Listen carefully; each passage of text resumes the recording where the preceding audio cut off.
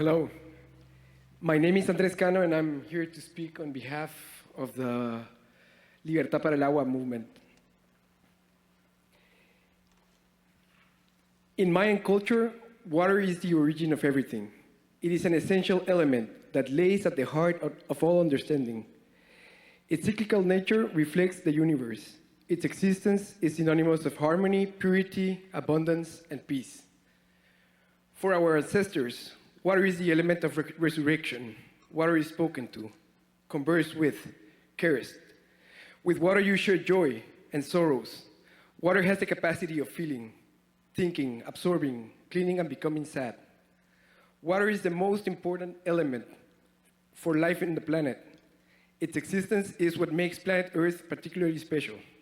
It is said that 3/4 of the Earth are bodies of water in the form of oceans, rivers, lakes, lagoons, clouds, and even ice. Its presence regulates the planet's temperature, captures carbon,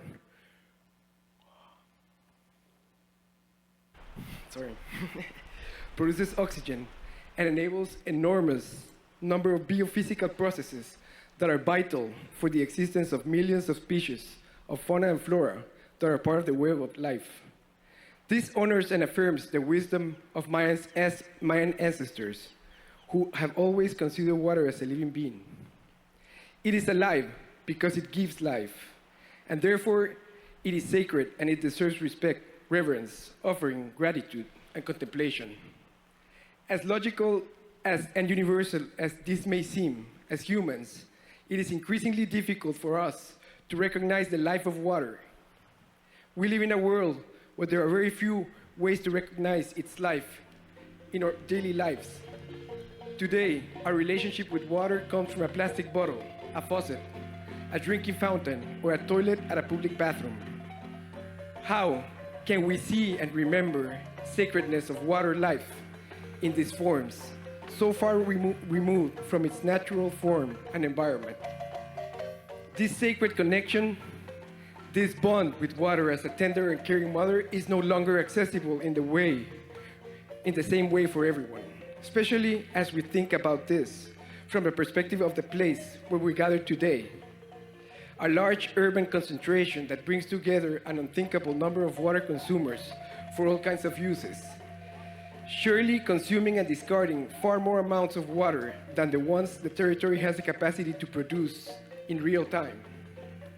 It is also not the same in native Guatemala, where the living forces of nature are still perceived, where their hills and valleys remain sacred to the communities.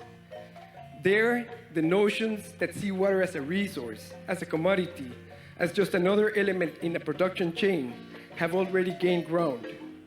With colonization, extractivism, voracious capitalism, and greed have captured the life of water, endangering its existence.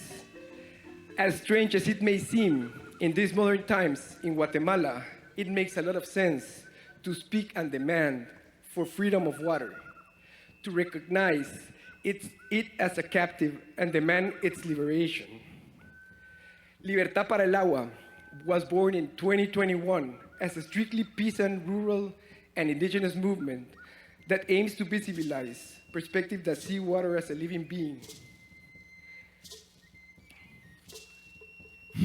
Led by hundreds of thousands of people concerned about the destruction of water resources due to the presence of extensive monocultures like bananas, sugarcane, and oil palm. Also, hydroelectric power compounds and major sources of pollution from mining operations and manufacturing industries. This movement also claims and defends the lives of hundreds of people who have been disappeared, criminalized, and persecuted for defending the life of water. Abelino Chu, Bernardo Caal-Chol, Olga Che, Ramiro Choc, Abelino Mejia, Misael Lopez are some of the names in an endless list of comrades who have been persecuted by the Guatemalan state at the request of transnational extractive industries. The rivers have not only been captured, they are also dying. They have lost their flow, their purity, and as a result have ceased to be a source of life for thousands of species that have also ceased to exist in this world. The damage is undue and excessively unjust. That's why our shout is profound, and so is our rage. In the process of recovering the relationship with Mother Water, with her living spirit, we asked ourselves, how can we embody the tenderness, purity, and vitality of water? How can we reconnect with this sacred sense, with the symbolism that carries ancestral knowledge still present in the memory of living cultures? And how can we spread this knowledge to people living in a world dominated by a disposable inertia of destruction and consumption? We found the answer in the vastness of art and its proposal for transformation, in its ability to recreate worlds and imagine infinite possibilities of other futures. Since 2021, with the support of several contemporary artists, we have taken on the task of thinking about how to collectively sing, show gratefulness, and feel the life of water with the certainty that seeking this connection will spread light on our own lives. This is how the idea of Rio de Gente came about, a community performance led by the artista Regina José Galindo, which seek to make visible the life of rivers diverted, dried, or disappeared by extractive industries in Guatemala.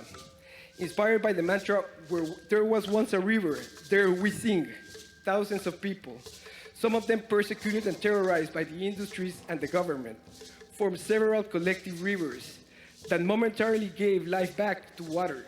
This sent a powerful message to the authorities and corporations.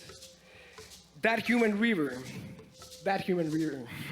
its joy, its tenderness, and the intergenerational encounter it provoked, traveled through various parts of the country and even found its flow to the government square in Guatemala City. Through visual arts and scenic arts, we have also recovered elements that give life to the bond between communities and water, reflecting those mutual relationships of regeneration, purity, and vitality. We have given water a female face, embodied in what is known in the territories as a nahual, a mystical representation of life and sacredness of natural elements. With the support of other performance artists, we have also planned massive contemplation gatherings, offering flowers, singing, and walking around water to acknowledge its existence, offer gratitude, and celebrate the life and greatness of bodies of water. In that bond, in the connection between art, spirituality, and struggle, we have found a portal to open ourselves to supernatural experiences, taking up their remnants in collective memory and leading us like a flow to reconnect with the life and tenderness of that living mother, who blissfully has awaited this encounter and welcomes us as she is, sometimes calm and pleasant, sometimes fierce and uncontrollable. Finding ways to reconnect with the essence of life and the meaning of our existence is a great challenge in the times that we're living in. Finding ourselves again with the possibilities to imagine the world and our relationships with other species and natural elements is now an urgent and necessary task to save us from our own destruction. Those notions, that knowledge, and those paths have as undeniable allies all those communities, native peoples, and individuals who, through resistance, have preserved in the memory and practice as a treasure the capacity to feel part of everything and to understand ourselves as children of the earth. Thank you.